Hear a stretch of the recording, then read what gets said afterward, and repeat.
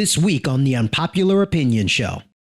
I was accused of being verbally abusive.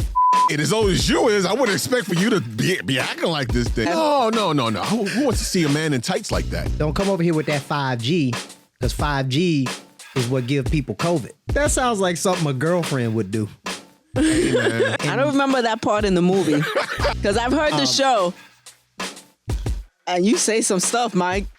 There are definitely days I know for a fact Kaylee cannot stand me. I think you need to say clearly what happened. Who gives a fuck? I don't care if you personally hit Candace Owens and her stanky Cray. No good thing starts with, I was thinking about my ex. He ain't learned his lesson. That's a brother ain't gonna learn shit. I know this is gonna be unpopular and I don't care. Let's keep this shit funky.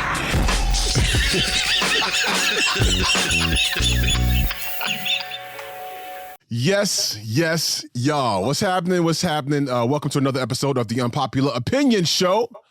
My name is T Storm, joined by my brother, DJ Mike Swift. What's happening? And a special guest that decided to just sit in and fuck with me today. My wife, Kaylee G. What's happening? Yes. What's going on, guys? Not much. I'm here for the sole purpose Glad of just you're messing here. with y'all. You're here for the sole purpose of just messing. Okay, all right. We'll see how that goes. We'll work it out. It's gonna be fun. Says you. All right. Okay. For those who are watching, my wife is. Oh my God.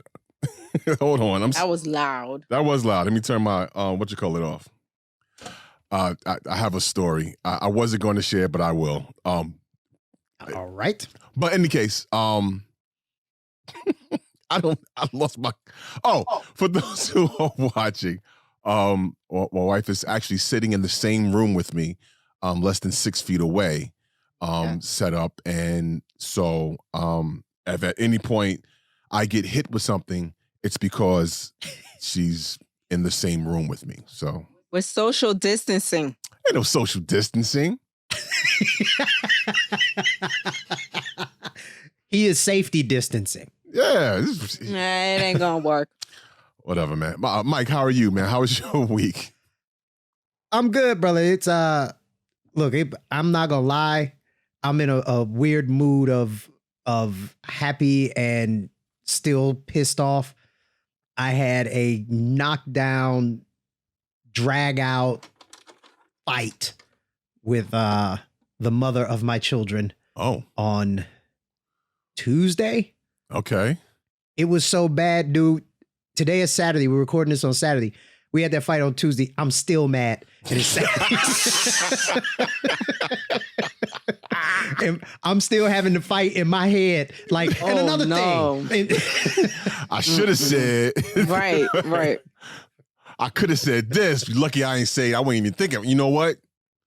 Yeah. Wow. Yeah, it was. I would love to go into detail, but it concerns the kids, so Yeah. I can't put them on blast like Yeah, that. But no, don't do that. Preserve your sanity let's and peace. just say, I did a very good job of not saying things I can't take back. Okay. Um, Good job. and Good deal. I was accused of being verbally abusive for pointing out her age. What? Okay, so we were talking about, at this point in the argument, we were talking about emotional maturity and responses. And I said, the kids are X years old and they will respond this way. You are X years old and I wouldn't expect for you to respond the way that they do. And she's told me you can't say that way. That's abusive. I was like, is abuse now defined by things we just don't like? I mean, in that case, my job is financially abusive. I guess it would be, of course, everything is not always what you say, is how you say it. If the tone was, shit, as old as you is, I wouldn't expect for you to be acting like this, then it would be, what? What you mean by that? Obviously. But listen, their age and women is not necessarily that's not a fight I want to get into. Well, here's the irony. I wasn't trying to be a dick. I was making a point about emotional maturity. It never occurred to me that she would be offended by me making the comparison between the ages and the emotional maturity until after I said it. You know what I was it like, is? ah, damn. I should have did that on purpose to piss her off, but you know. No, you know what you should. You know what it is. It's one of those things that you know but dare not speak of. You're supposed to forget how old your woman is. Like, I don't know how old my wife is. We'll never speak about it. I just know she has a birthday every year. And Shoot, I don't even know how old I am. see? You see, these are the things that they tell themselves.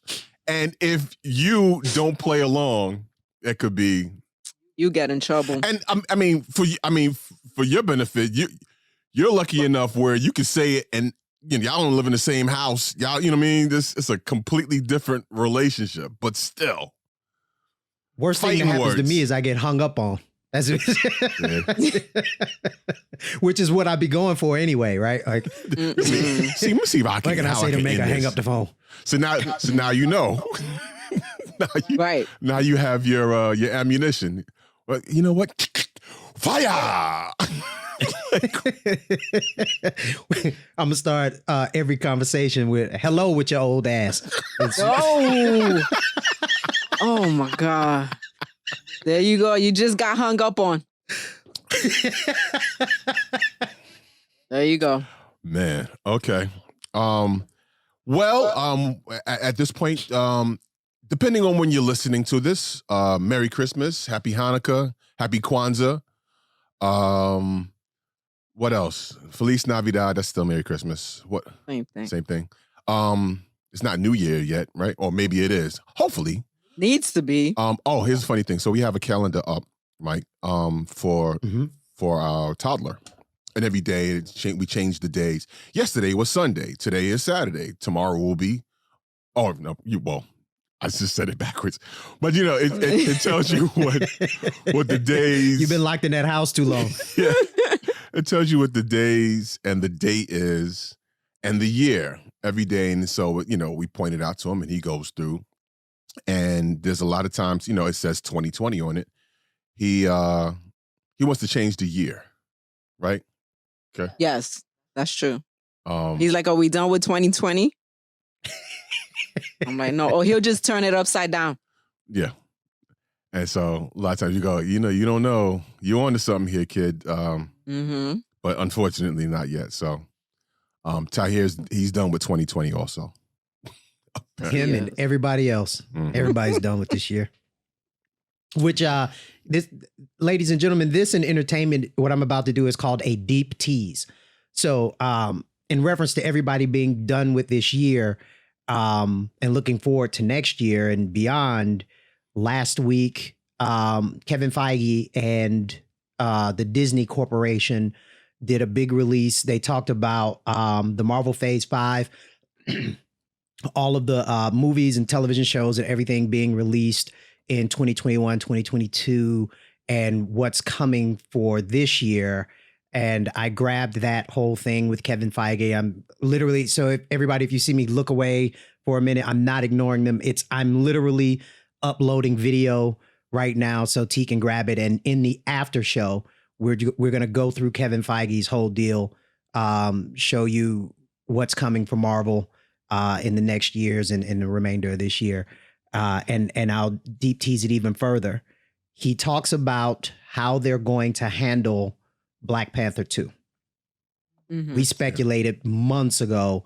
He has confirmed how they're going to handle that character, if they're going to recast or what. So you got to watch the after show to see that whole thing. Yeah, because I too am a Marvel nerd. Marvel, everything from Marvel to Star Wars. So I get to geek out a little bit on this.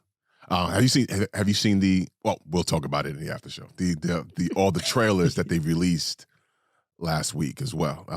We'll talk about that. So excited. I am. Trust. Yeah, so I have all of those, and then some of the behind the scenes, kind of him talking about some stuff that they don't have footage for yet.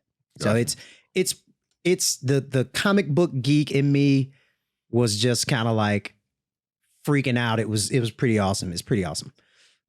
But and this is just part of my gloomy mood.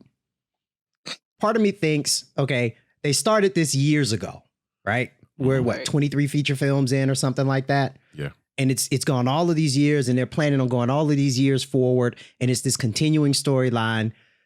Realistically, I'm probably gonna die and never get the end of the story. Right? They're gonna be they're gonna keep making movies, and I can imagine being on my deathbed thinking just one more film before I go. You know?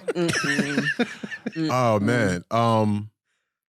Yeah, I Marvel has done the best job. Like and I'm a fan of DC as well. The DC comics as well. Not as, probably not as big as Right. as Marvel. Yeah. But the DC movies comparatively suck. Yes, they do. Yes. And They do. even their best movie, to me, is kind of just okay. Wonder Woman, everyone praised. Oh, it's wonderful. You didn't like I it? didn't say I didn't like it. I said it was just okay. Why was it just okay for you? Because it was a chick in the lead. It should have been Wonder Man. You know what? For the record, I'm teasing. I'm just seeing what you would say. He probably would have said that. No. Who wants to see a man in tights like that? No, what I'm saying is, See them every night, Monday Night Football. Oh. wow. Oh. Shots fired. I don't watch football like that, but if you do, you should be offended right now.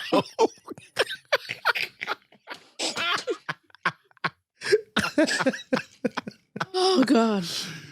Oh, direct all of your anger and comments at Miss Kaylee G on Instagram and Twitter. No, wow. You know what? I'm gonna leave it alone. I'm just gonna move on. What would you? What can we? I think Let's get the sad news out of the way, so Okay. we can just laugh for the rest of the hour. Word. Rest in peace to Tiny Lister. Yeah. He passed away. A couple of days ago. Yeah. Yeah. Last week. Well, I'm this looking point for would be the last week. details right now.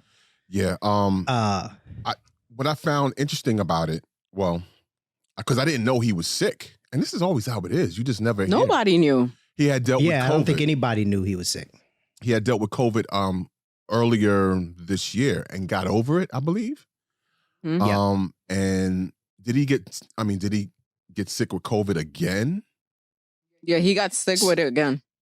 Wow. So they said he had COVID symptoms. They haven't confirmed yet if he had it the second time and that's what caused his demise. But I mean, just from some of the stories, he was supposed to go on a film set. He called and canceled because he said he could barely breathe and he felt weak and tired, which sounds like COVID, right? And he had some other stuff that he had been canceling, and then nobody heard from him for a while, and his assistant went over and found him in his home alone and passed away. And that is super goddamn sad, man. It is. Yeah. 62 years old. If you don't know who Tiny Lister is, What you got on my 40, you homie? probably don't. What you got on my probably 40, don't homie? know him by name. The scene from Friday. Let's see if we can this really fast. Okay, that threw my system into a turmoil. There we go. That's Yeah. Tiny, and it's shot from him from The movie Friday. Yeah. What you got on my 40, homie? I ain't got nothing. You lying. Y'all some big rollers and you broke. Y'all some high rollers and you broke. Now I like the role he had in what was the movie with Bruce Willis and Fifth Element, The Fifth Element.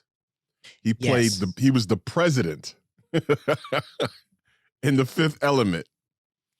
And he sounded like Debo as the president. So everyone that speaks about that brother, said he was, just like a gentle giant, really, really, really, really good brother. Is really sad to hear that he's gone like that. And 62 is not old, man. That's not even. It's not. You know what I mean? That's horrible. It's just this virus is good Lord. It's treacherous, man. It's just a reminder to everyone that is real. Hand sanitize, wear your mask, social distance where necessary. Don't take any unnecessary chances. Because it's real, man. It's real. I'll tell you a funny story. Mm-hmm. Just to bring a little bit of levity to the moment. A very good friend of mine works for a popular phone company. And his area is kind of the hood, So he's going over into the hood to do some wire connection or something or the other. And he pulls up in his truck, and it's a woman he's telling me the story. He says, a woman hanging out of the window. And she says, are you coming over here to set up that 5G? And he says, no, ma'am, I'm, whatever. She says, well, don't come over here with that 5G, because 5G is what give people COVID. Oh, God.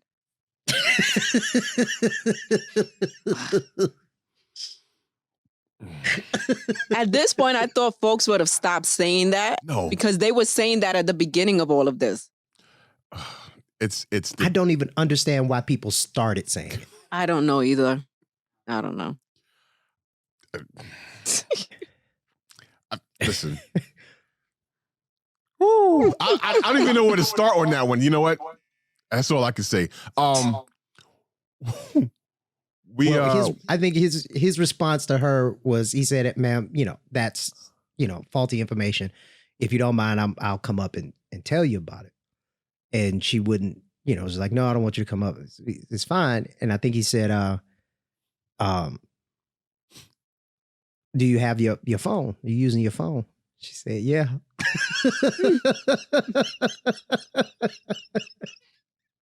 If you got your cell phone, and use your phone, but you're scared that that's associated with what's giving you COVID, why the hell are you using your phone? Right. Yep. Oh, my people. God bless my people. Well, anyway. We watched a movie last night, by the way, called Songbird. Mm-hmm. Okay. And it was a kind of a purge meets, I don't know, what's a good, I don't know. It was depressing. I wouldn't call it depressing.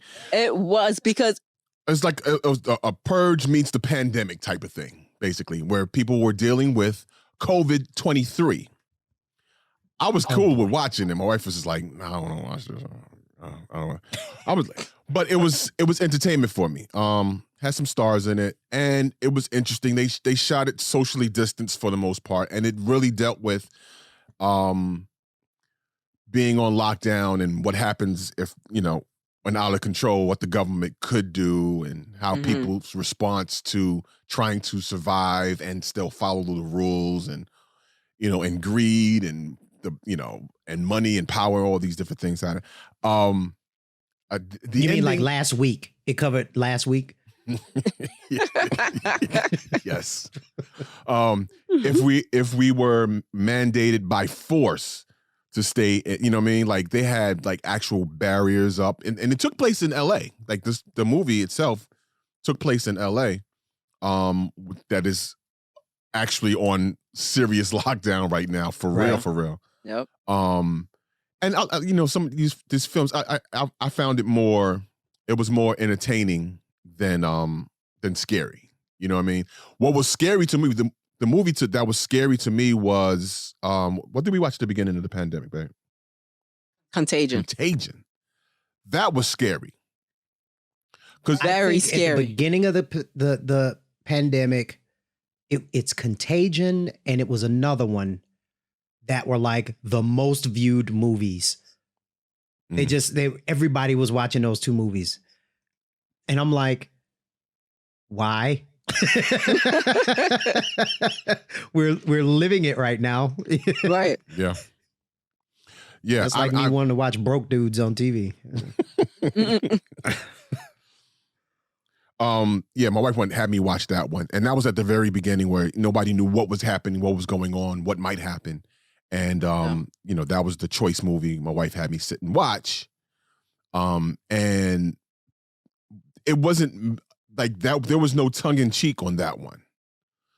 Songbird, I felt was kind of tongue in cheek. It wasn't as serious. It wasn't a comedy, but I didn't take it as serious.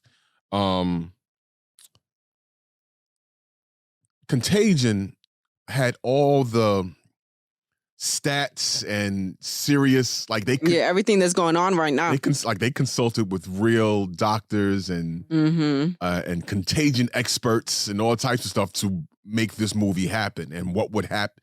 So it was like watching it. It was right at the beginning, right before they started locking down, and the only thing that didn't happen in real life was them blocking off the borders. Yeah.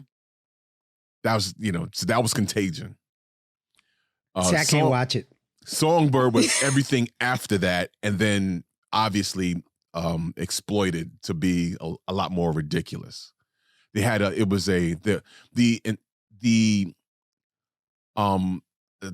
military force or the police force was Department of Sanitation. That's who was enforcing the rules in Songbird. So, in any case, I watch it. Let us know what you think about it in the comments, and maybe we could discuss it another time. But I think it was humorous. It was more humorous to me than actual serious. I didn't take it as serious.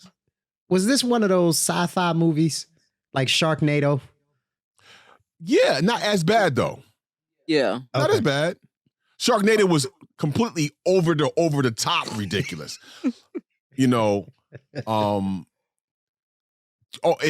You'd have to be a fucking idiot to believe that any of that could happen. You'd have to be damn near like unconsciously stupid, and he believed it. So that says all that you need to know about him.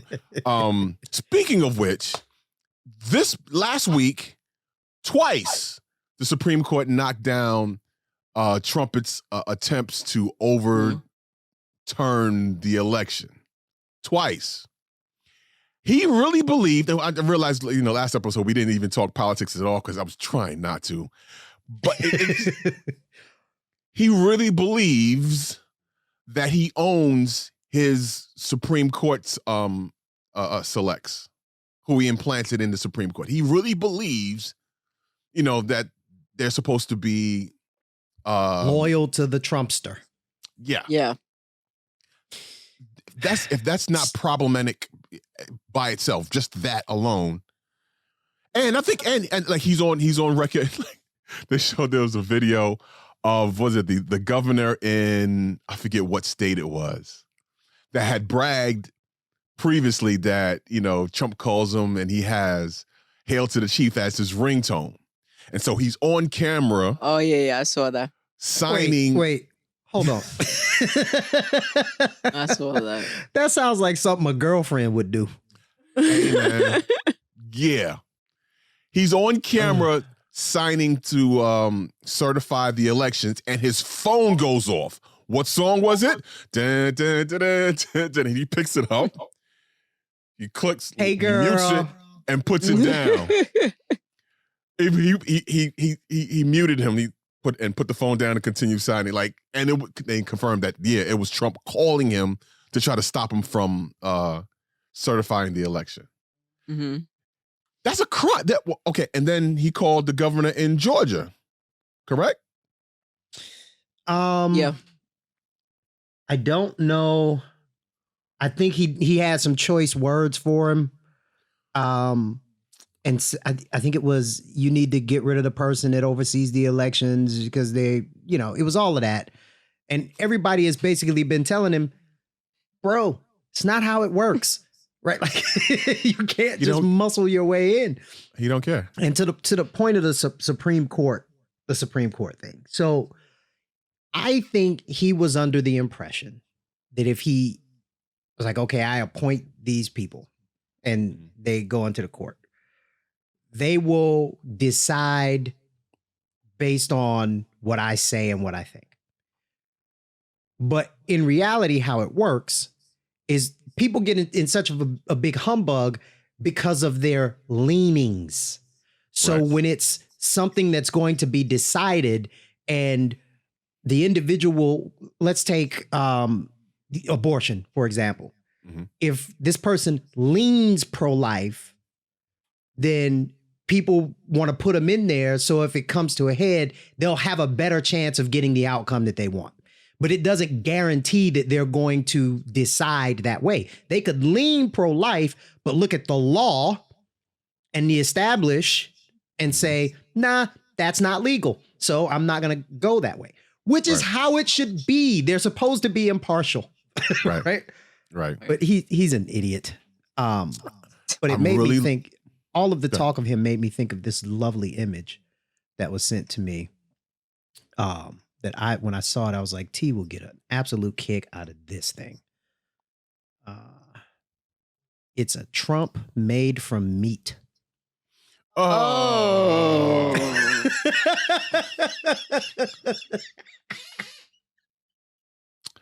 Yeah, that. And it looks just like him. It's like, I'm sure it's pretty accurate to. That's disgusting. I don't eat pork anymore. So what kind of? Fuck. The ham. And it's ham and cheese. It looks like wet ham. It's disgusting. Man. Oh God, that's hilarious. That could encourage you to become vegan. If you haven't seen that, Wilson, for those who are listening, we'll have to put I'll drop a link so you can check that image out. That's something that you're gonna have to have burnt out of your mind, as I will. Yeah. That image is burned onto your retinas. Yeah, man, that's horrible. You're welcome. Thanks. Oh man. Did you hear just real quickly, because I don't have all the info on the story, but it's just horrible to even hear this. One of our favorite actresses, Tisha Campbell Martin, or Martin Campbell. How does it work? I don't know. Well, Tisha Campbell, damn it, said in an interview, disclosed that she had lost everything. I have audio. Check it. After your marriage when your marriage broke up, and you got nothing. Nothing. No one knows that, but I had nothing. Nothing. In the bank, nothing. I had maybe $7 to my name, and I was scared. It was like I was starting all over. Wow. So when she and her husband, ex-husband, now ex-husband, Dwayne Martin, split, she says that she had nothing. So I am I'm pretty darn red pill. We've talked about this before. You have to explain to Kelly what red pill is. She's like, what? I saw the question mark pop over her head. What the hell? Red pill? Red pill, blue pill. Exactly that, right? From the Matrix. Right. Red pill essentially is, you've seen the Matrix. You said, I'm taking a red pill, I'm getting out. Blue pill is, I've seen it, but it feels way better over here in the Matrix, so I'm just gonna stay over here. And then you got Purple Pill, which is I'm gonna stay in the Matrix a little bit, but and I don't remember that part in the movie. well, so the terminology has been co-opted by the manosphere, which essentially is men who talk about men's issues amongst men. So it's been kind of co-opted by them to refer to dudes who have looked at not only life, but dating and said, I'm out. This doesn't work for me. The laws are against me. I'm just not going to do it. I'm going to go and focus my time, my energy, and my money on myself. So to that, I'm pretty darn red pill. A lot of red pillars are just 100% against women getting anything in a divorce. I'm not that. I think it's pretty damn disgusting.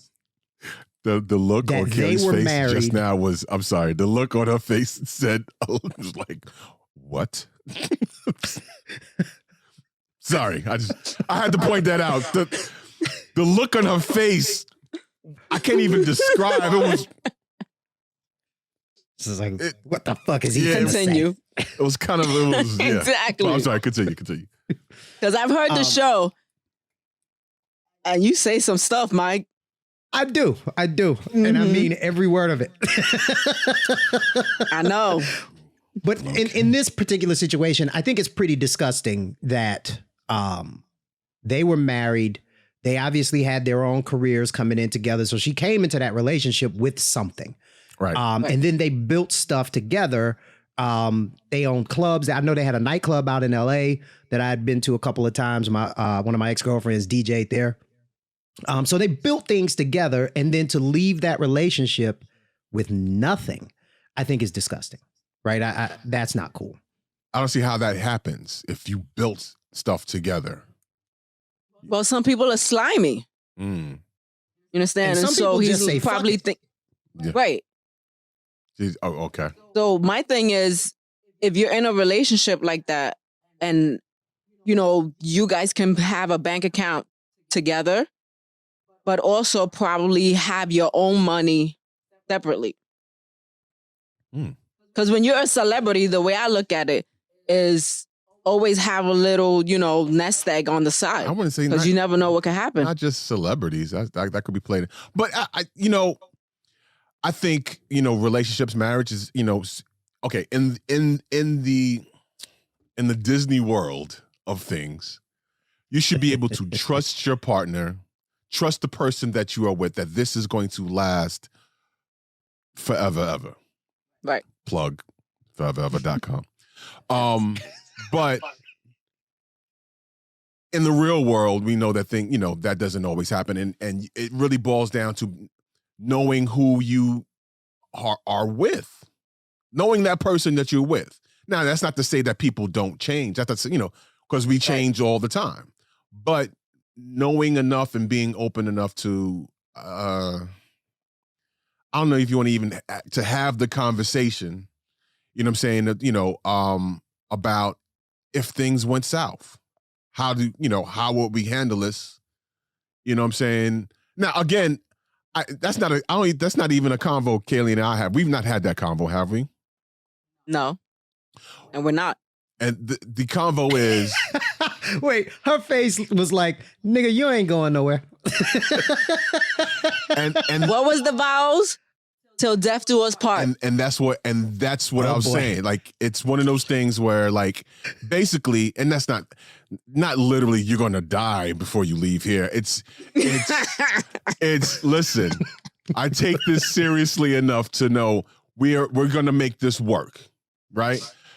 No matter whatever it is, we'll equally put in the work 100%, each person to have 200%, not 50-50, but 100% on you, 100% on me. And we're going to figure out whatever the issues that may arise. Now, it's easier said than done. Again, that's the Disney side of it. But if both come into, come into the relationship with that mindset that there's, like to quote something Will Smith said, there's nothing that you could do for us to, you know what I mean? There's nothing off the table. I haven't said that, but I'm just saying to be like, we're going to work this out. There's 100% chance that, we have to, whatever comes arise, we have to work out. So divorce is not an option. Everybody doesn't come with that mindset. I remember, and I don't remember which one it was. God, my life is defined by failed relationships. It's very sad. But it was one relationship that I was in, and we had gotten to the point of having the discussion, right? About do we ever want to be married? Do you want to get married? And I asked her, why would you want to marry me? She said, because I love you. And I said, that's not good enough. And she said, well, I don't understand. Why would you say something like that? Isn't love everything? And I said, no, because love is fleeting. You will wake up on Tuesday and hate my guts. What then? Right? Right. And she says, well, what's the thing then? What's the most important thing? And I said, loyalty and commitment. On the days where you would see me drowned and and tarred and feathered and take my money and go and be with somebody taller. On that day,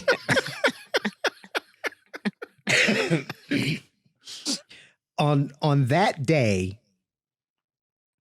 I need your loyalty and your commitment because I don't have your love. I can't count on your love. You can't count on my love.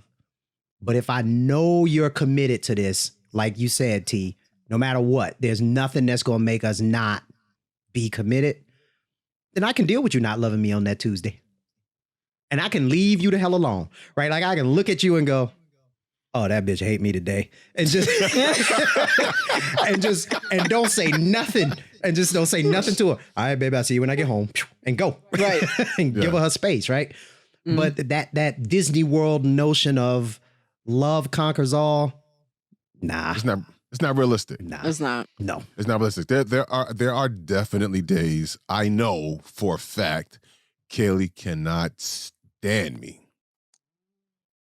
Still love me in the back of her head. But I'll be cursing you out in Spanish in my head. Okay, can you give a little example, please? No. It happened today while we were setting up. Go ahead, just go for it. Just go for it. Go ahead. I'll be saying al carajo de la creca, coño. Damn. Yeah.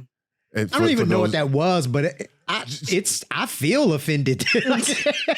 Translation. I feel it. Translation, you motherfucker. Yeah. Damn it, you motherfucker. That's basically what she said. Oh my God. Yeah. But no, I mean, to that point, yeah, it's like you said, it's about the commitment. It's the commitment overall. You know what I mean? So yeah. All that to say, it's horrible to hear that Tisha Campbell went through that. And I met her probably in the midst of that. Really? Yeah. So remember when we were in Chicago. Right. She came up to the station I was working with. Shout out to my folks at GCI. And I had her do a birthday shout out for Kaylee. It was her birthday was coming up, and I was like, "Hey, I'm after spending some time with her in the studio and talking I was like, yo, I'm a big fan. My wife loves you. Her birthday's coming up. Would you, She said, oh, absolutely. And she was so cool about it, and you know what I mean. Just the thing, you never know what people are going through. Yeah. I think I said before the show, I've never had the opportunity to meet her or her ex-husband, but you see the interviews and everything. She always just seemed like a super cool chick. She seems like a lot. Right? It's a lot of energy and stuff there that I personally wouldn't want to deal with in a relationship situation, but she seems like a super cool chick. And I hate that happened to her, man. I'm not on board for that. That's not good. Well, she has a new show and some other things happening. So, she's clearly rebuilt. So good for her. Good for her. You know what I mean? Not good for your boy Meek Mill. What do you do now? This nigga. Yo, yeah, man. that's how you got to start this story. This nigga. Right. So he is in his $400,000 Rolls Royce with all his jewels, his shine on. He's in the A, so he's driving, pulls up to the red light. Now here in the A, even in COVID, they got the little water hustlers. It's the little kids. Oh. They're between like 11 and 16, it seems. And they stand at the corners at the off ramps and on the highways. And when you stop, they run up. You want water. So they hustling water. So one of the kids comes up to his car. He buys a bottle of water, one bottle of water, for $20. It's 7 One kids. bottle of water? One bottle of what, $20? Wait, yeah, that's but pretty it's good. 7 kids, right? So the other kids come up to the car to sell him more water. And he says to them, nah, y'all got to split that. The 20? A 20, which comes out to $2.85 a head. Yeah, that is terrible. They drug his ass on Twitter. and As they the thing, should. though. He took the video and posted the video like he was doing something good for the community. Yeah, I just want to do my part, man. Here's $20. Y'all work that out. What? Come on, Meek. You should have gave him $100. Meek, Gave you're a him $100. multi-millionaire at this point. $100 ain't shit. He must have And he- forgot where he came from. No, he ain't forget. He was being cheap that day. He was like, buying 20, giving a kid $20 for the water, that one kid, that's okay. That's a come up for that one Right. kid.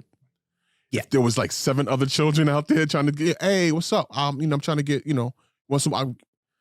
They're thinking like he'll give them 20 for their water as Right. well, Right. which he could have just, here's $100, boom, and peeled off. That'd have been, you know what I'm saying? And they each could have got $100 or at least $10 from that. But yeah, nah. His exact They wrote- quote. Man, y'all got to split that money. It's $20.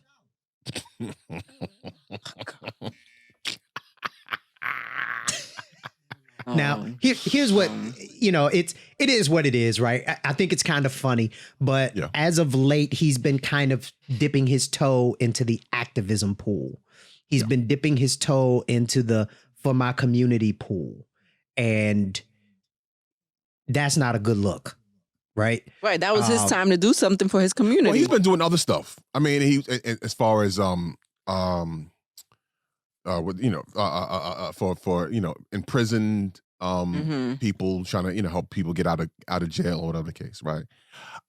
My question is how dedicated or how serious is he about that movement? Like I get he was serious about it when it came to him.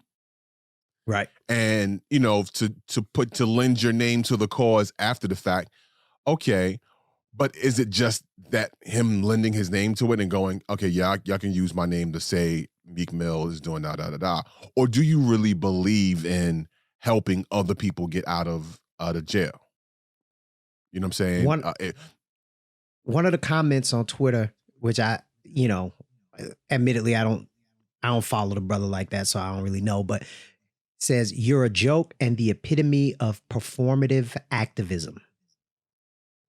There it is. I was like, Wow. right. It was like, there it is. Wow. Yeah. Yeah, so that goes, because he didn't come across as a person. Yo, I'm sorry, my cat just ran up on the window over here. Oh, I forgot she was outside. The cat just, she could be very vocal when she wants to be. The other camera, can you see it? No, you can't see it. Yeah, she's gone now. I'm sorry. What was I saying? Squirrel. Once again in your life, you were distracted by cat. No. I got that Mike one. Swift, ladies and gentlemen. Mike Swift. There you go. There you go. Can I tell a dumb racist joke that I told last night at the bar? Oh boy. Yes. Hang on. Hang on. I want to hear your bar story. Hold on. Hang on. Wait. I'm looking for a specific sound effect here. There we go. Ladies and gentlemen, I'd like to introduce you. Oh, God. Stand by for Mike Swift's racist bar joke. So I'm sitting at the bar last night. I'm with my dude. So I know a few people who work in the industry, and I've been talking to them about how to relight this space. So with, we're adding cameras and different stuff and new mics and all that shit. So I need to light the space. So I'm talking to my dude, and we're talking about lighting the space, and it's getting pretty late, and I'm ready to go. So I said, I looked at the bartender. I said, can you bring me my tab? And the guy I'm talking to says, no, may you bring me my tab? And I said, when did he turn into an Asian chick? Ladies and gentlemen, Mike Swift's racist joke. Racist bar joke. Damn. Oh, God. Mm-mm.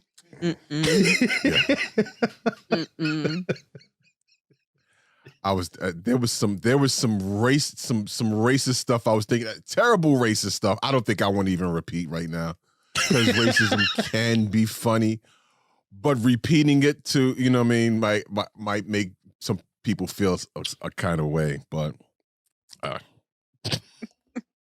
don't even know how I got onto that. May you really? Well, right. It's a good segue to what it's like, to let's talk white privilege. And, look, I'm the person who very rarely, if ever, throws that around. And when people throw it out there, I call them to the mat to say, all right, define it, show it to me, right? Mm-hmm. There was a guy who got pulled over by the police. His name is, where is it? Mike Ecker or something like that. Merrick Burr is his name. Merrick Burr. It's a white gentleman. This white gentleman was pulled over by the police. Mm-hmm. T, do you have that video? Because I would rather people just see it than me tell it. And let me preface this by saying, in my opinion, this is the epitome of white privilege. And if that dude had been any other race, he would be dead. He would be dead. I'm surprised he could get in and out of his car with the size of his balls. It's just, you haven't seen this video, Kaylee. It's, boy. I heard the audio. Boy. Oh boy. All right, bear with me as for those who are listening, you will hear the audio as soon as I can skip the ad. He said he's not going to shop the car, so. Okay. That's all right. Just keep an eye on it. Just get the right bill. Just start with that. Put your hand on the steering wheel. No. What are you reaching for? No, whoa. Hey, get out of the car, man. You got a gun right there. Whoa. There's rights to this. Get out. There are rights to this. Do you have a concealed There are rights to this. Whoa. Get out. Hold up right there. It's open. My hands are up. No, you got This is on body cam. You have a body cam, sir? Put your hands over your eyes. Do you have a body cam? Put your hand over your eyes. Do you have a body cam, sir? Put your hands over your eyes. I will send this dog on you. I will shoot you. So already, Don't drop that gun. You have rights. 10 seconds in would have been over if he was a black dude. Don't you dare. You have right to get Don't you dare. He has a gun. He's not complying. Okay? Yes, I do. He's resisting arrest. Hey, you guys are grabbing me on this. Is also unconstitutional. Body cam request. Can you quit yelling so I can talk to you? You have a gun for me, Units right now. I need you to relax for me, okay? I will shoot you if this possible. That's a threat. Then he threatens to shoot the cop. Wow. My hands are open. You need to get out of the car No, I so do we not. can remove All right, I've seen the it. weapon. God damn it. It is constitutionally owned. I see that. Do you have a concealed carry permit? It's not concealed. Yes, you can see the weapon. It's right there. Don't body do cam. it. Body cam. What are you afraid of? Don't do it. I'm not doing anything. Do me a favor. Just please step out of the car. That's all we're asking you to do. Oh, you're asking me not to step Yes. Conceal your weapons, please. No. This is how we treat each other civilly. Please. This is how we act civilly. You know Sir. this. Right eye! Right eye! You you got cover? No. Just Yes, we do. don't. Just please. Do you have body count? Please. Do you have body? Do not forcibly remove Do me not. from Don't. the home. Do it. You know Don't. that. You know that. That's not Please. I I need you to get get out of the car.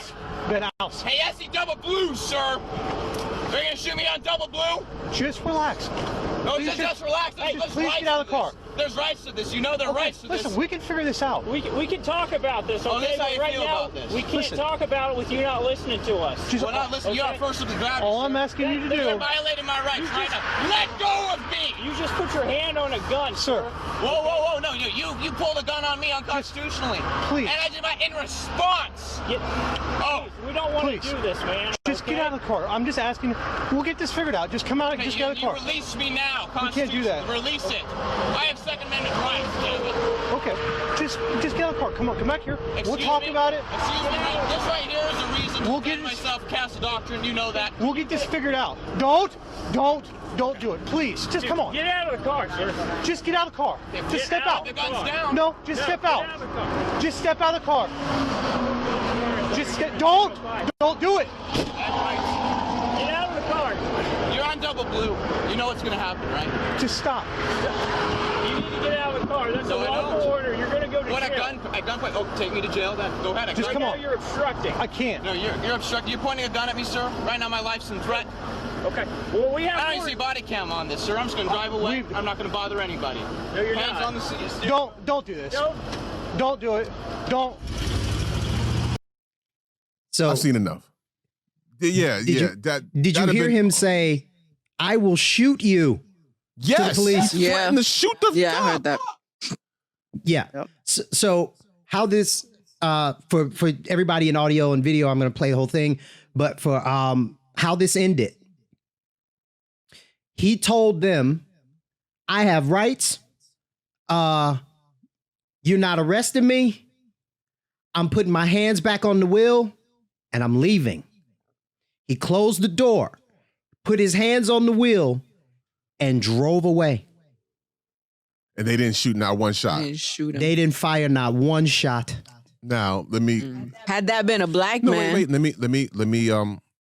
me help you visualize this. I mean, black man in the car, pulled over by police. Sir, put your hands on the steering wheel. I need your license or registration. Man, fuck you. And that's the end of that. Well, I have one correction. Yeah. That wasn't enough shots. Yeah. It would Yo, have it's- been way more shots. That's a trip. I mean, now I did see another video of, I think there was a brother in Atlanta that did something similar. Black man. I think he was in a car with another woman, if I remember correctly, and he ultimately drove off and led the cops on a car chase, and he was arrested at his apartment later and survived. So it's possible, but rare, not likely for police to handle the situation with, such care or sensitivity or patience, whatever you want to call it that. And I adamantly advise brothers, sisters, not to try it. You know Don't what try I'm this. saying? This is not an instructional video. Do not Yeah, fucking man. do this. That's crazy. But more often, Yes. and it's not like, and for there's gonna be folks that go, oh, white folks get shot by the police too. Yes. Yes. Again, it's rare. yeah. It's rare, and when you compare the numbers, we're what 13% of the population, and our numbers compared to white folks getting shot by the police, those numbers statistically are higher than white people. That's an argument I don't even want to have, but At wow, the very least, like if someone doesn't agree with the use of the term rare, at the very least, you have to agree to the term disproportionate. yes, there we go. It's absolutely disproportionate. So for everybody, just because there was a lot of noise in that, they were obviously on the side of the road. This guy gets pulled over. He's in his vehicle. His window is down. His hands are up. He is a white gentleman. The two cops are white. One of them has a body cam. They come up to the car to license registration. One of the cops comes up to the car, license registration, the whole thing, and asks the guy to turn his vehicle off. The guy, he refused to turn his vehicle off. So the other cop's walking up with the body cam, and that's where it starts. The officer says he refused to turn his vehicle off, and the body cam officer says, well, that's his right. That's fine.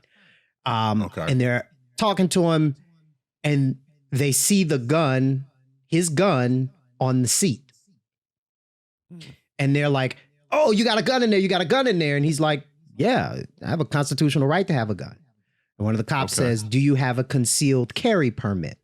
And the guy responds, it's not concealed. You can see it right on the seat. Yeah. At which point he reaches for it, I guess out of instinct to say it's over here. He wasn't reaching to pull it to shoot. And that's when the first cop on the scene loses it. He pulls his weapon. He's pointing it at the guy in the car. The other officer pulls his weapon. And now the driver is like, yeah, y'all got y'all weapons pulled. And they say, well, step out. He's like, no, I'm not stepping out. You got your weapons pulled on me.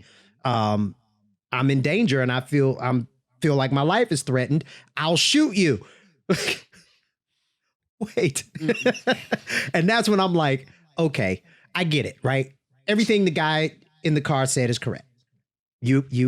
It's not concealed. He has a right to have it. But is your desire to be right, does that supersede your desire to live?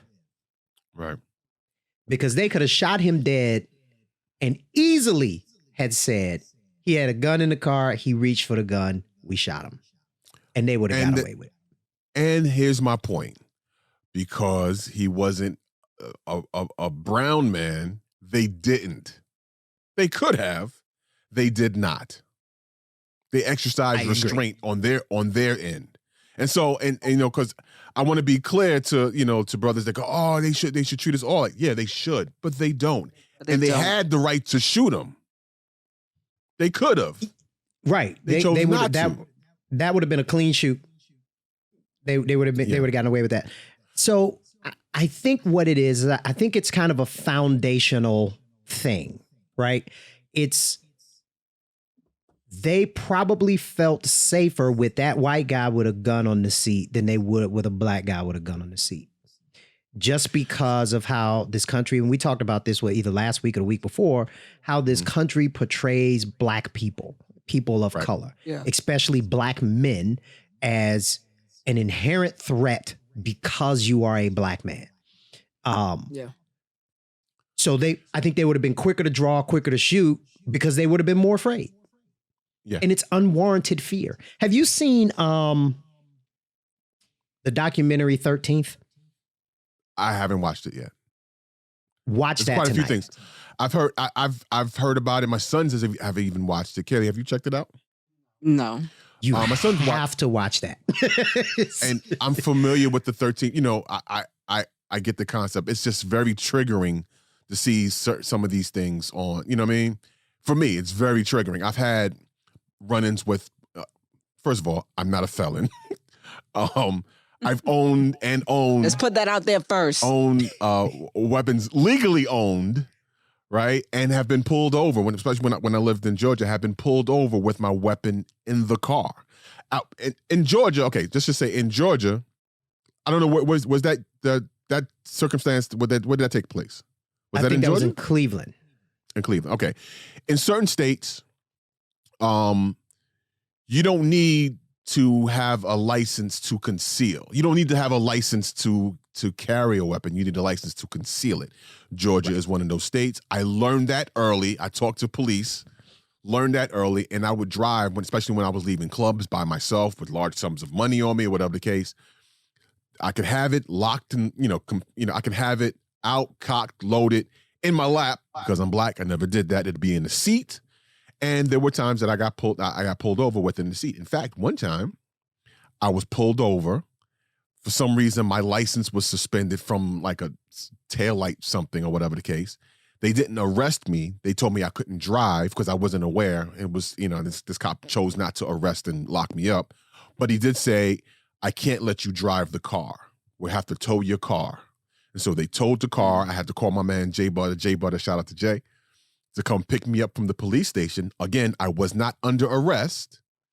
When Jay came to come get me, they gave me back my gun and kept the car. And I had to go with him to go pick the car up with a licensed driver to pick my car up. I say all that to say, I've had, I know better. I understand the risk of driving, of being, having a weapon in the car legally and still being afraid for my life, with dealing with police. It happened in Pennsylvania. And we have concealed licenses. I got into a car accident. They asked me for my license. I pulled over. The dude had hit me. And I pulled out my driver's license, and my concealed license was behind it. And the cop saw it in my wallet and asked me, do you have a weapon on you? And it made me nervous for a split second. Like, I was nervous for a second because I did have it, just not on me concealed. It was in the car. And I guess he saw my face, my reaction, and he put me at ease. No, you're okay to have it. I just want to know if you have it on you. And I was like, no, it's in the car. Which is fair. He said, okay. Yeah. And I was like, no, it's in the car. And he did it. And he was very perceptive. He realized that, what was happening within my facial expression within a second. Yeah. He was like, you got a gun? I'm like, it's okay. It's okay for you to have it. I just want to know if you have it on you. I say, no, it's in the car. Okay, fine. And we continued. You know what I mean? So, and those are, those are police that care to make you comfortable. There's some that don't. It's in their own self-interest, right? Or it should be like two dudes with guns who don't know each other, and it's a heightened situation and adrenaline is pumping. That has the potential, just what it is, has the potential to go bad, right? Yeah. So if the one who is supposed to be of authority in that scenario, and for everybody listening, I put air quotes on that, it's kind of incumbent on them to lead that situation with a certain amount of peace and calm and, hey, we're going to stay right here. Right? We're going to stay right here. You got your gun. I got my gun. I'm just going to give you this little damn ticket and you can go on about your way and I can go home and fuck my wife. Right? Like, it's just, oh my goodness. Or husband, depending on what you into. It's, Hey, it's 2020. It's right. Yeah. I can go home and use my pistol. Hey, did I just ever tell you about the time my wife slapped a cop? Wait, what? Why? No, but I would love to hear this story. Kelly, would you like to tell this story? No. You're just gonna let me do it? You just came out of nowhere with that. Well, we're talking about police and making people comfortable and all the, and privilege and all these different things. I figured out, why not? Would you care to jump in? I'll jump in at any point if you like. No? Once upon a time, here's what happened. Uh-huh. And I know you're going to I'm gonna jump in. put in some stuff in there in case I miss anything. We were living in New York City. We were living in Brooklyn. We were commuting to Manhattan. And Kaylee. I was running late for work. Okay? I was running late for work. Stressing. Because I'm like, I got to get to work. And so I finally, Terrence and I usually walk out together. And so I'm like, listen, I can't wait for you. I got to get to the train station and everything. So I get there and swipe my Metro card, about to get on the train, but the doors are closing. And so usually in New York, people will put their foot in between the train doors, the whole door's open or whatever. And so I put my door in between, my foot in between the doors, try to open the doors, but there's a cop in the train. Cop is trying to push me out. And the adrenaline kicks in, and I put my hand in through the door, and I didn't exactly hit him. I didn't hit the cop. Your Honor. I just kind of slapped him. Kinda. And so I was still so mad that I'm like, I got to get on the next train because I was still looking for the cop. I was really upset. Okay, you ready for me now? Okay, so this particular morning, we're leaving out for whatever reason. I usually left out. I think I left out earlier than my wife, and she left out. But in any case, she was running late. And I'm saying I'm trying to get my wife's attention to get her to chill out because she is stressing on getting to work on time, but she's already late. She's rushing I'm like, yo, chill, you're already late. Just call, let them know you're going to be in. You're going to be when you're going to get there when you get there. You stressing and hurting yourself is not going to make it any better. That's how I look at it. She didn't look at it this way and was rushing off to the train and ran ahead and da-da-da-da. She had an attitude with me because she was late. She had an attitude with the world. And got into the train, got down to the subway. By the time she got to the train, like she said, the doors were closing. I wasn't too far behind. The doors closed, and I got there in time to see her foot in between the doors, as she said. Train is not moving because the doors aren't all the way closed, and there's a cop on the other side of the door saying, "Hey, move your foot." The doors, she's like, "I'm trying to get on the train." He's like, they're not going to open the doors. Move your foot. No, I'm trying to get on the train. She's back and forth with the cop. I show up, and he's like, all right, you know what? Now he's going to do something about it.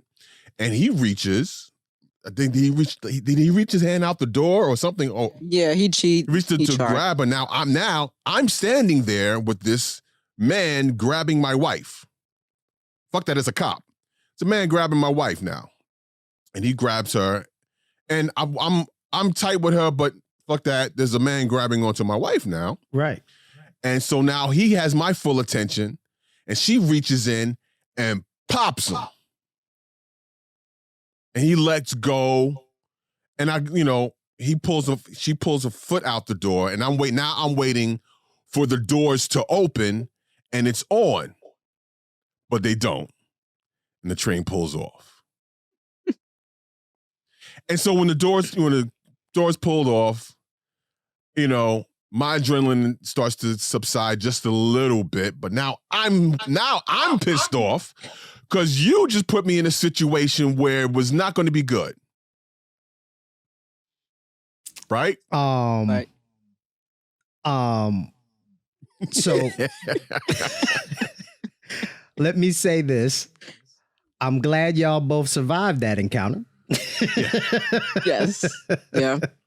Because it could have ended differently. Very. Yeah. And we had to have that. We had to have that convo afterwards because I don't at that point, and correct me if I'm wrong, Kaylee, I don't think Kaylee even understood that dynamic. No, at that point I did not. Because I told her, her actions put me in jeopardy because there's no way I could just stand by and let something happen to you.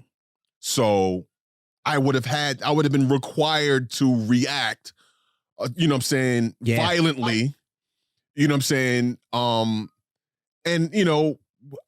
it could have at best ended with me being arrested. At worst, ended with me being killed. Yep. And we had that convo later, and I think it took weeks for it to seep in for Kelly to really understand where I was coming from, what I was saying, because I maybe initially when I was pissed off, I don't think I explained it very well initially. But we had that conversation several times over the next few weeks. And now we can laugh about it. Yeah, now we can laugh about it because and it started off with the time my wife slapped the cop. I think so much stop about telling that story. There are so many thoughts. The first one is there was a song, and I want to say it was Destiny's Child. And one of the lyrics in the song was, I need a man who would die for me or ride for me or something like that.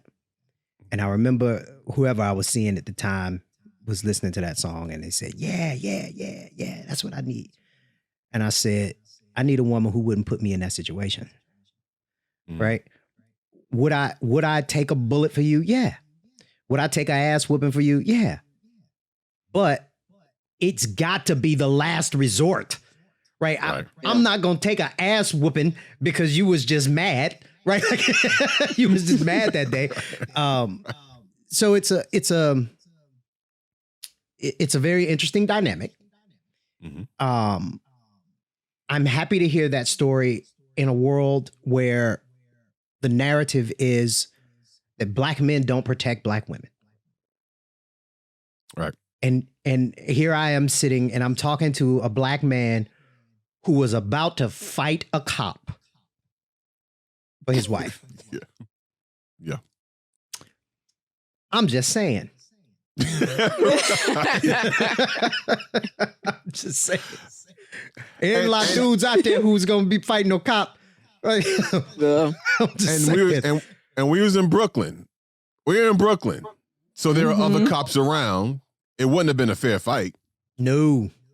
You know what I'm saying? You would have been on the news, bro.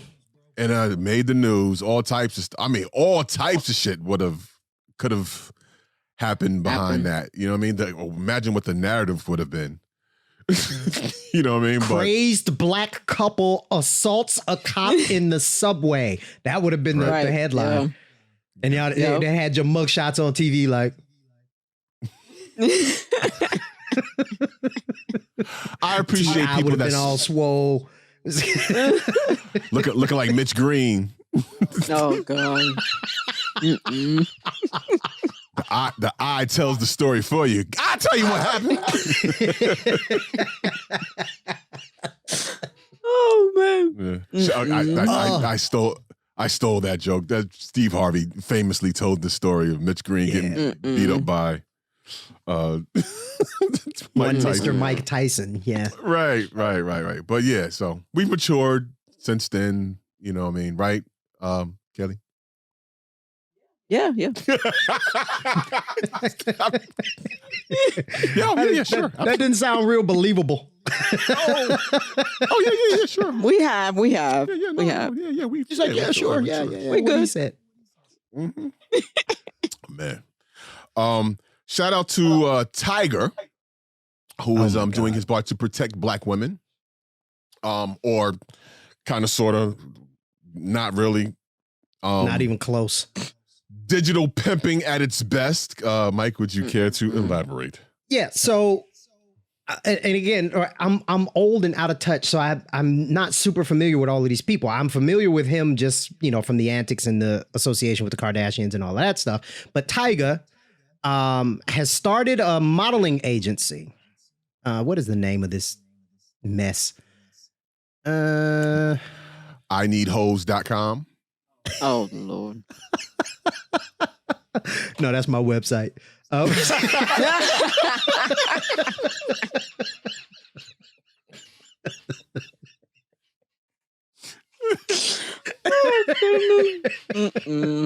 talking about for my garden. Yeah. Uh-huh. Sure. No. Yeah. The garden hose. He started a modeling agency. It's called Too Raw. TOORAWW. 2 W's. Mm-hmm. It's a lifestyle entertainment and management company. And he put out a post that said, looking to be a Too Raw model, looking to start OnlyFans or get OnlyFans management. Yeah. Okay. So look, why would someone starting an OnlyFans need a manager? And for those listening, I put air quotes on that as well. Yeah. Why? What are you managing? I mean, for protection, like the real hookers do. I never got that either. Kelly, you have a comment? No.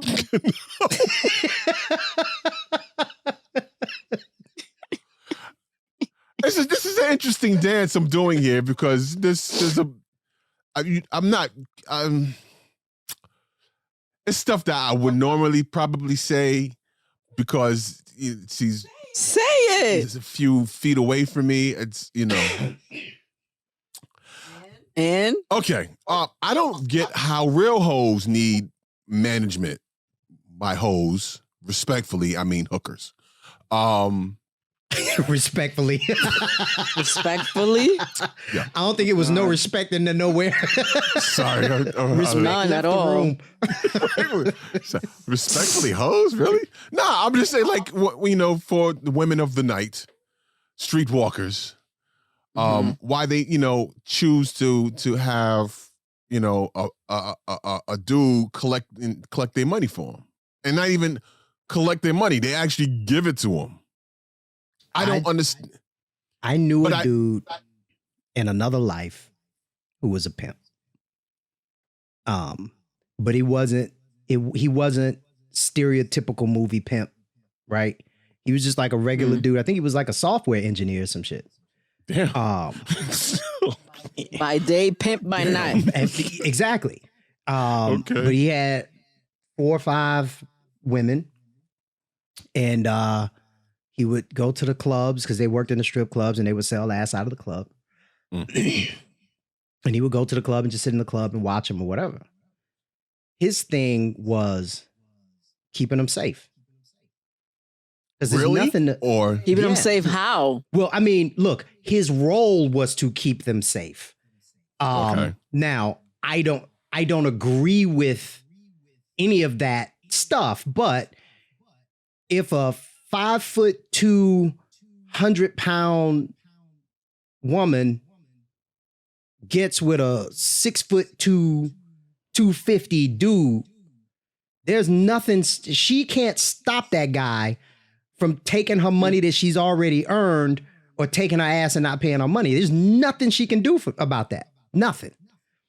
But the threat of knowing it's a guy 6 feet away, 10 feet away, sitting outside in the parking lot with a gun, that's 6'2", 250. He's more likely not to try anything. So just the presence of a man willing to institute violence is a deterrent. None of that is okay. That's just me kind of explaining the facts. Got you. But I don't see how that translates to OnlyFans. You are in your house in front of your computer with a camera doing OnlyFans. Ain't nobody running up in there. They don't know where you are. Like, maybe what do you need management for? Maybe what do you need a pimp for? And why is he getting into pimping? I just had a thought. I had two thoughts. Oh God. Your man that was technology. What was it? I think he was like a software engineer or something. Software engineer by day, pimp by night. Reminds me of Gator from the movie The Other Guys.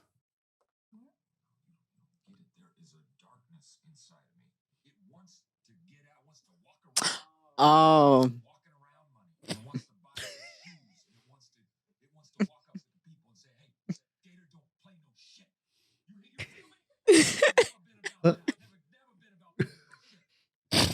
Yeah. That's what it reminds me of. It's the kind I had that thought. But explaining the OnlyFans management thing sounds a lot like record labels. Now that you don't need a label for distribution, why do you need a label for promotion? Right. Same thing for OnlyFans. I'm sorry, that just the two just kind of correlate. Just like it's the same thing. You make your art, you put it out. Same thing for OnlyFans. So, yeah, Tiger, you've been pimped already. Why are you gonna turn around and do it to somebody else? It's only fair. Who has he been pimped by, the label or the Kardashians? The Kardashians. Probably both. The question is, who did it better? The labels or the Kardashians?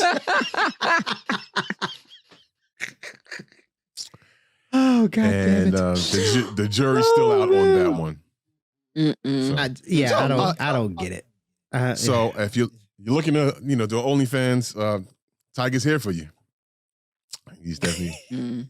You looking to sell your ass? He's there to take your money. Or Gator. Gator never been about that. Never been about that shit.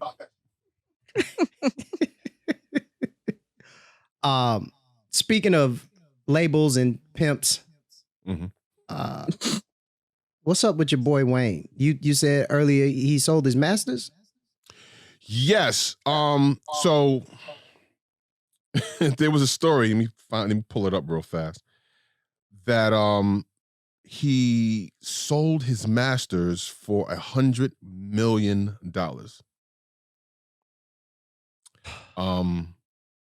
Sells masters. There it is.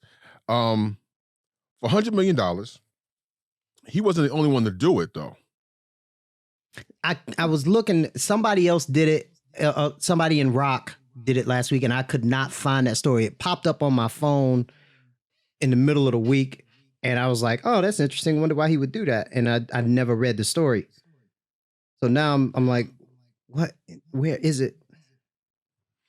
And Wayne was sued by former manager Ronald Sweeney for $20 million in unpaid wages and damages. So perhaps he's selling it to cover that bill, as well as his legal bill. But with all that said, with all due respect, I don't care. I don't care anymore. Wayne showing up next to now, I respect it. Him, you have the right to endorse whoever you want. Did that just pop across my speakers? He can show up wherever he wants to endorse whatever candidate, but I'm not over him endorsing Trump. I'm sorry. So look, he can do whatever he want, right? Like I wouldn't be pissed if he sold his car, right? It's whatever. But $100 million for his masters. I don't particularly like Lil Wayne. I've never particularly liked his music, but I cannot deny Kenny's favorite artist. How the rest of the world loved it, still does, and the value of that catalog has to be more than 100 million. Absolutely. Has to be more than over time. Which makes me think he did it out of place of duress. I wonder how solvent he is. I wonder how much money. Let's do Lil Wayne net worth. And I know that's not, net worth doesn't equal solvency. I know that. Not at all. Because people will be like, well, his net worth doesn't mean it is. I get it. As of 2020, Lil Wayne's net worth is estimated to be 150 million. That's 150 million? Yeah. That's it?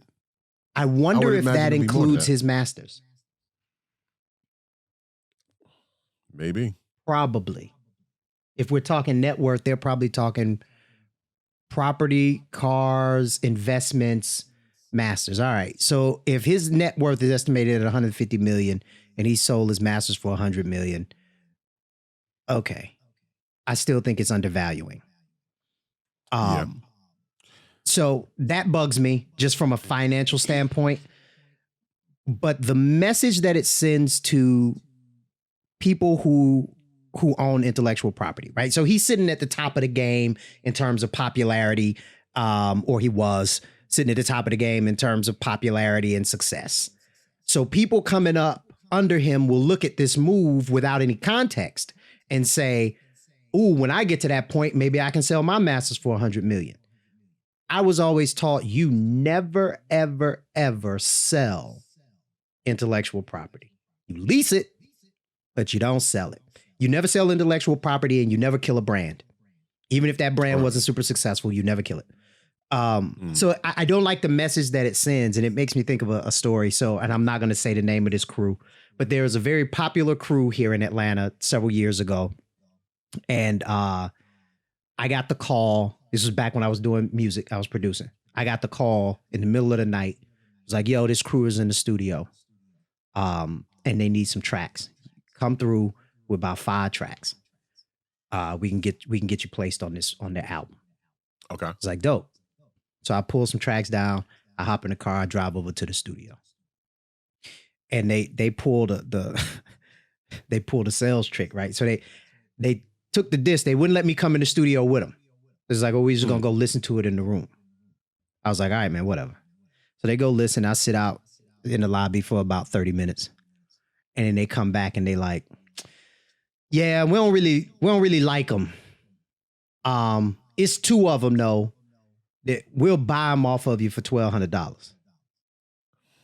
And I said, no, thank you. Yeah. No. First, you don't let me in, which is a power move, right? Right. Because you don't want me to see you if you like it. Because then now the value, I'm going to attach more value to it because you like it. Second, you make me wait, which is another power move. It's supposed to make me uncomfortable and put me in a heightened emotional state. And then third, you come out and you downplay what I gave you in order to get me to agree with your valuation of my stuff, my intellectual property. Nah, I know those games. No, $1,200 is not enough. I want points on the album. And that's what I told him. That's not enough money. $1,200 for the work I put into it up to this point. Okay. But I want points. Right. I want royalties. I want what's due me for using my stuff. And they were like, nah. So I was like, all right, I took my disc and I left. And then somebody said to me later, they said, well, how do you know that they just didn't record the tracks while they were in there? Right. I said, they can do that. I want them to do it and put the album out because I got it copywritten. So I'll let them put the album out and I'll let it sell. Mm-hmm. And then I'll attach all of the revenue that they made up until that point. Correct. So the more money it makes, the more money I'm entitled to. Right. So it's knowing that stuff. Right. I wish Wayne hadn't sold his catalog. Yeah. If he was pressed, he should have put out another record. Unless Baby is still holding him up from putting out another record. I'm pretty sure he is. That's insane. I'm pretty sure he is. Like publicly he'll say something else, but I don't think they've really resolved what if all the issues that they had. And just going, I mean, this maybe speaks to the kind of person that, that Birdman may be, apparently. There's no one left at Cash Money. Just think about it. If you're a fan of Cash Money, you remember their era in the 90s, Juvenile, BG, Hot Boys, everybody. Was it Turk? Wayne, Manny Fresh. Manny Fresh, the producer, who was very instrumental in their success. There's no one left. They've all each left because of money. The last one left was Wayne. And Wayne brought Drake and Nicki Minaj and himself, you know what I'm saying, and created something from that. And they still held the lion's share from that. Drake and Nicki Minaj have been able to branch off, and I don't know if they've completely got out of their contracts, but you don't really think about Cash Money anymore when you hear Drake or Nicki Minaj. They're their own brand. They're their own thing, right? So, and then Wayne was the last one to go, hey man, I ain't got no. That's why that little stab back in the day when Lil Wayne and Jay-Z was beefing back and forth just a little bit, and Jay did that freestyle where he says something, when Lil Wayne said something about I'll kidnap your lady, something like, and and Jay-Z, I can't remember the exact lyric, but he was like, yeah, good luck with that.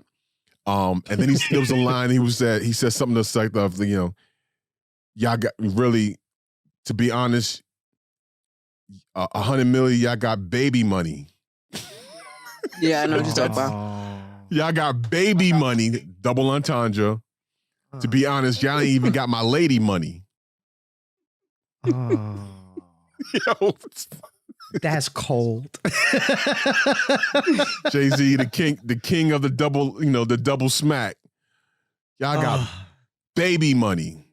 Yeah. One, it ain't yours. Two, it ain't that much. Well, he gonna need some of it because my man, 2020 has just been a horrible fucking year for him, right? My man just pled guilty to the federal armed charges that we talked about, about 2-3 weeks ago now.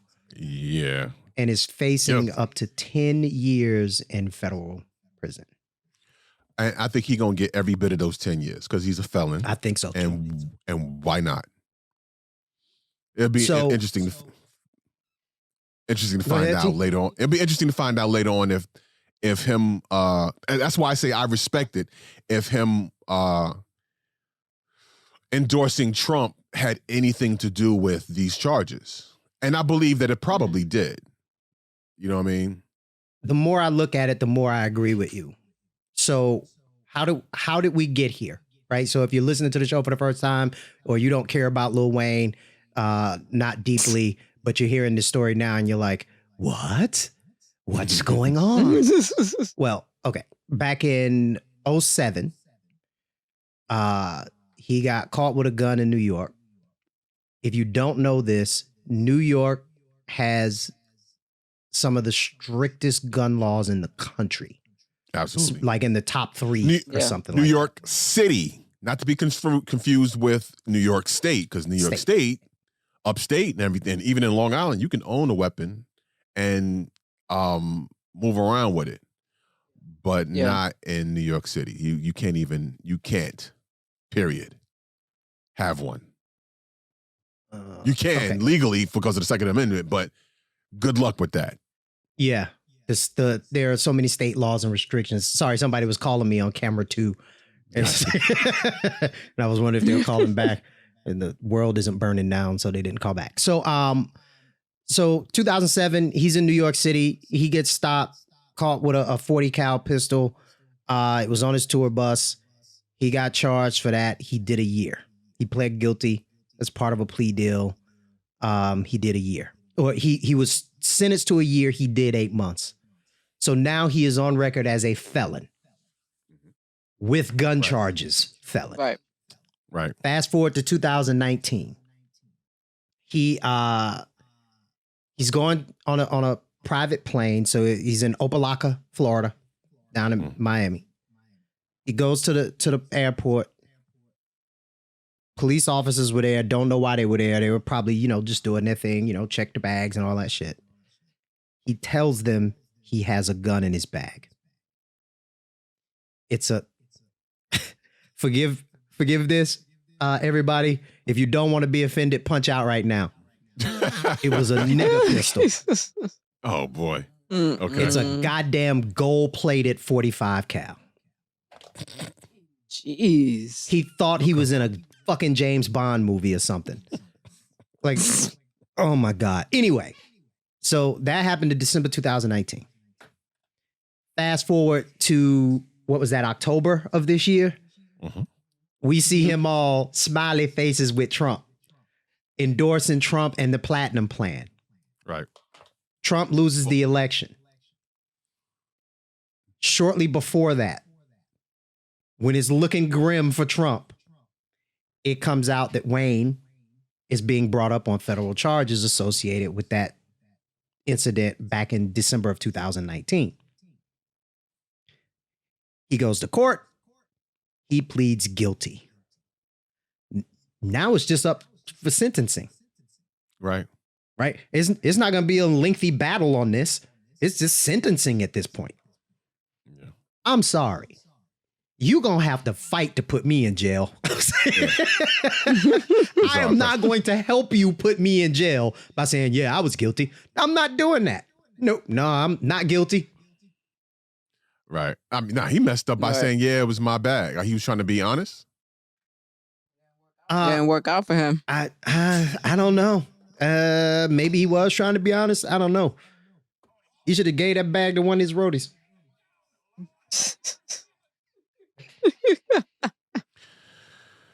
It's been a shitty year for that dude, man. Yeah. Yep. But I'm still mad for him. I like I said, I respect it because if it were me, I probably would have did the same thing. I'd have been tap dancing next to Trump.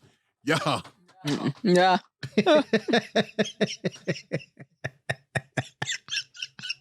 Oh God. Change the name to Mantan. That's right. Mm-mm. Vote for Trump.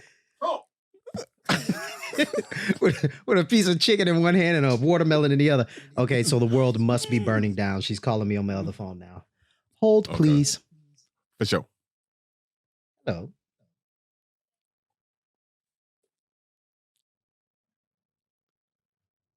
You're about to watch the expression on his face to see. I am actually still recording. So give me like another hour. I can go get it myself.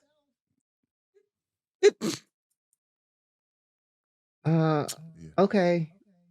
What are you gonna FaceTime me when you get there, or? Yeah, see, Mike has the. Or you could just wait. Those are famous last words. How hard could it be? Famous last words. And also what women say. Wow, I can hear her voice it's on the back. It sounds like she's giving really his mind. It's like what you sound, Kelly. It's like what you sound like in my head. Yeah, but Tahir has told you I don't sound like that. Yeah, you do. No, I don't. Bottle of wine and some whiskey. I really you don't. could wait an hour and I could come with you, or you could FaceTime me. Or liquor. Yeah, one whole hour, Miss Impatient. Yeah, that's how important it was. It was liquor. Like if I hadn't gone to get your wine, how would you feel? God damn it, I'll go get it myself. All right. So, I'll call you shortly. I speculate that it was okay. It was serious enough.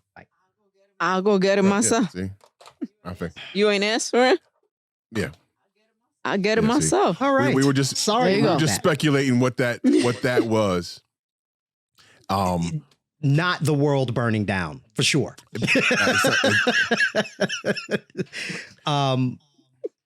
Me and a coworker have decided to do something nice for another coworker. Because he's really been in the shit for the past 6 months, and he like working till 2 a.m. and getting back up at 8 a.m. So, I was like, he's into bourbon, whiskey. So I was like, let's get him a nice bottle of whiskey, like a $60, $70 bottle of whiskey. And she started saying things that were not nice bottles of whiskey. And I was like, I'll get it. And just got it. Because she doesn't drink the stuff. I was like, I'll get it. And she's like, no, let's go get it together. And I was like, all right, well, we should be done taping about around 3. And that was her calling saying, are you ready? And I'm like, no, I need about another hour. And she's very impatient. So she was just yelling at me a little bit, which is fine. I we did yell hear at that. each other. It's what we do.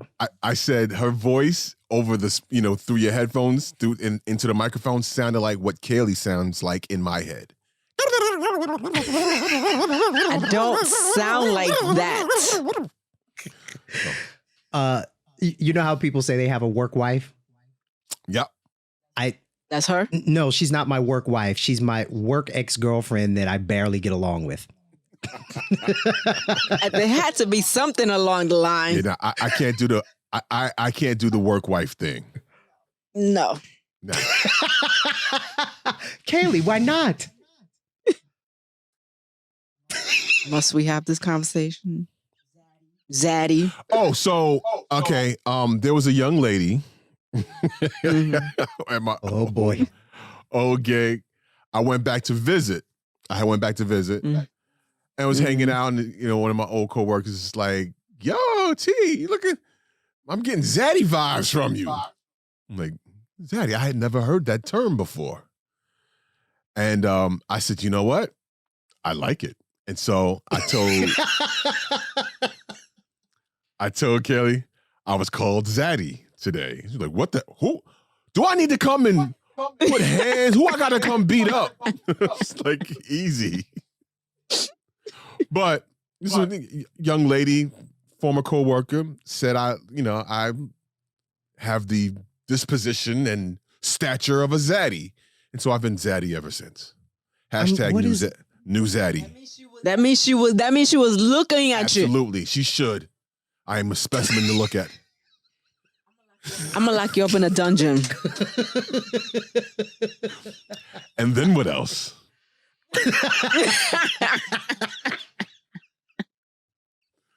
I'm sorry, folks.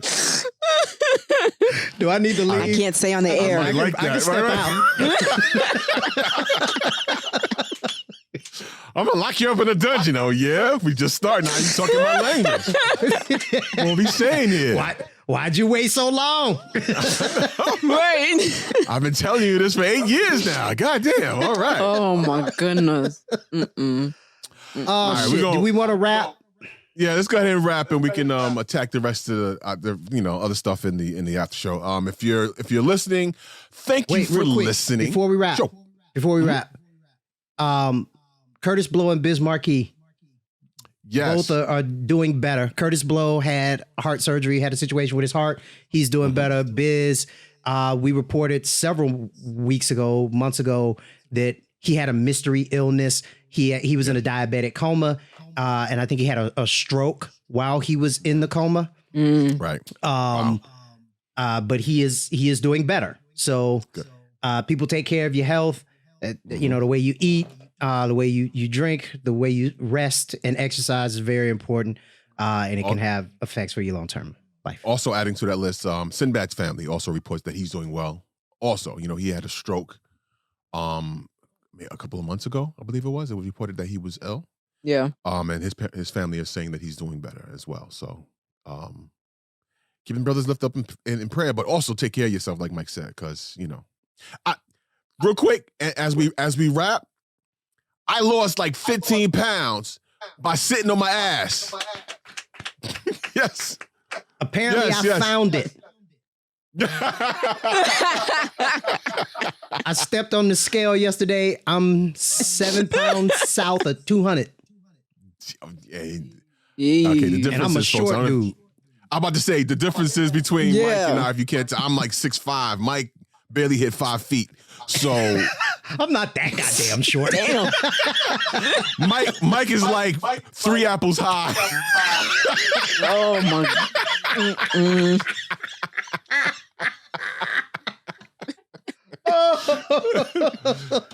If the Smurfs had a black person. Oh God. Oh my God, that was funny. Yeah, man. Again, folks, thanks for listening. If you're watching, stay tuned for the after show. Thanks to my wife Kaylee G for hanging with us today. You're welcome. Thank You're you welcome. for sharing your beat a cop up story. I'm gonna just have to make that story worse every time now. It started with Kaylee just, the time Kaylee slapped the cop. And I'm gonna end it with the time Kaylee stomped out a cop. Did I tell you that story? And after You know what? We're make gonna it stop. progressively worse than what it really was. We're gonna stop. The sadness. You forget I'm from the Bronx. Yeah. The sad thing, Kaylee, is it probably won't stop. It won't.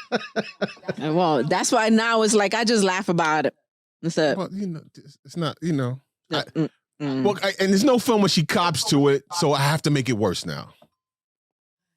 Up the ante. I love you. Thank you, sweetheart. I love you too. Thank you for hanging with us. Hey, thank you for listening. Thank you for hanging with us. Make sure you subscribe on YouTube, or just go to unpopinshow.com and hit the subscribe button there. You can find our audio. You can find our social, which is at Unpopin Show, Twitter, Instagram, Facebook. TikTok is there, but you won't see no content because, we're grown people. I can't do that stupid dance that. What was it? What was it? Do it again. No, is that it? Would you swing your arms like? Oh, no, that's not it. You look like no, that's not you it. look like You do that? Popeye killing roaches.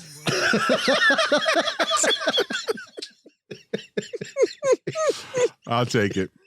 Hey, folks. So next time, if we don't talk to you into the new year, happy New Year, happy holidays, whatever you celebrate. Enjoy your time with your family. Enjoy your life. Enjoy, and don't take anything for granted, y'all. That's what I'll say. You know what I mean? That's what this year, 2020, has taught me. Don't take shit for granted. You know what I mean? And it taught me not to take shit. Anyway. It also taught me a new way to take a shit. I no longer take the one-ply toilet tissue. You know what? Goodbye. I've elevated my Bye. life. Ever since then, now we get super the real toilet tissue. I won't say the brand, but you know what I'm saying. That 2-ply. What? Don't do Why? it for me no more. Too many times. No. I've had my finger touch the wrong thing. I know. We're done with this conversation. No, this is no. All right, folks. Yeah. No. Peace. Peace. Mike, I live with him.